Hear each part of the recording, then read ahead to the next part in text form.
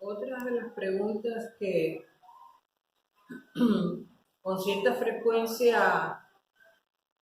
eh, suele inquietarse a algunas personas que ven el documental, que lo han visto,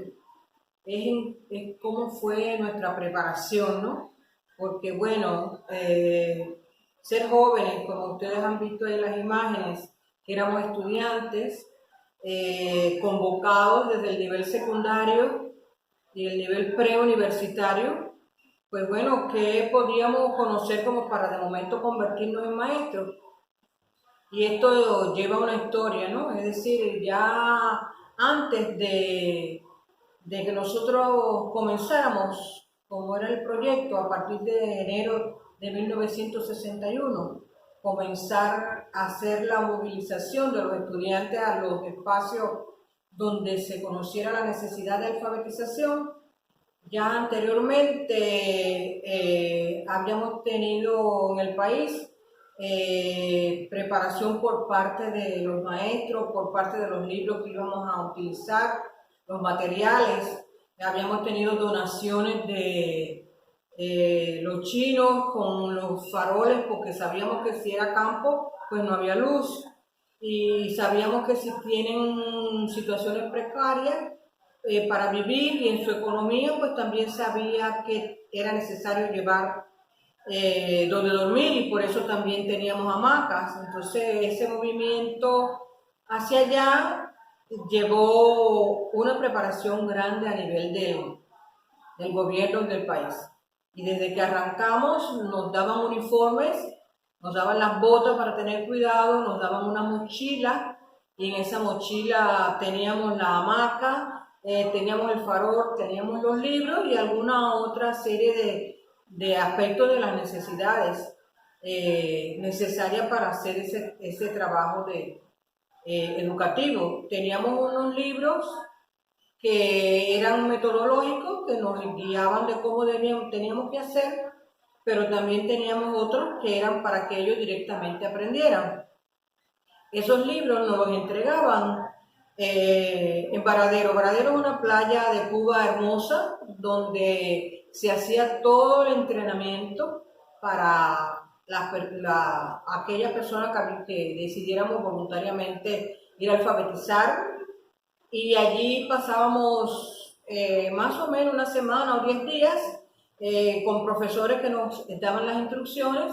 y luego de allí, conociendo las necesidades en el país, en los diferentes campos de toda Cuba, nos iban repartiendo.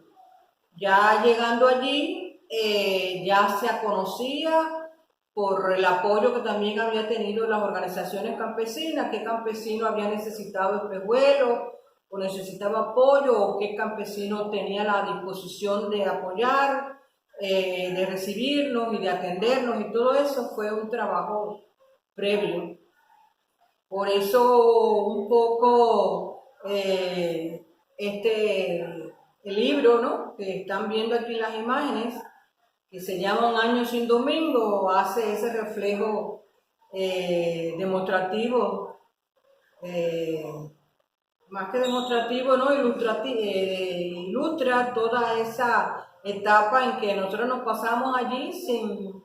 sin sábado ni domingo de paseo. No quiere decir, como vieron en las imágenes, que no había un momento en que nos encontrábamos, bailábamos, conversábamos, pero realmente fue un año dedicado exclusivamente a ese aprendizaje.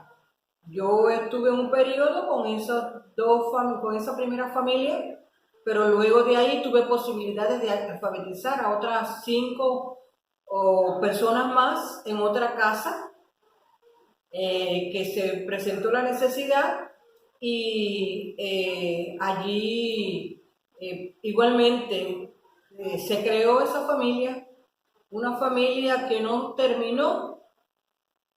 en el momento de la alfabetización. Pues al pasar de los años he podido encontrarme, como me pasó un momento en el aeropuerto, que niños que eran pequeños cuando yo estaba en su casa alfabetizando, luego eran trabajadores del aeropuerto, y como yo soy vivo ahora en La Habana, pero soy de Santiago de Cuba, en ese momento de viaje Habana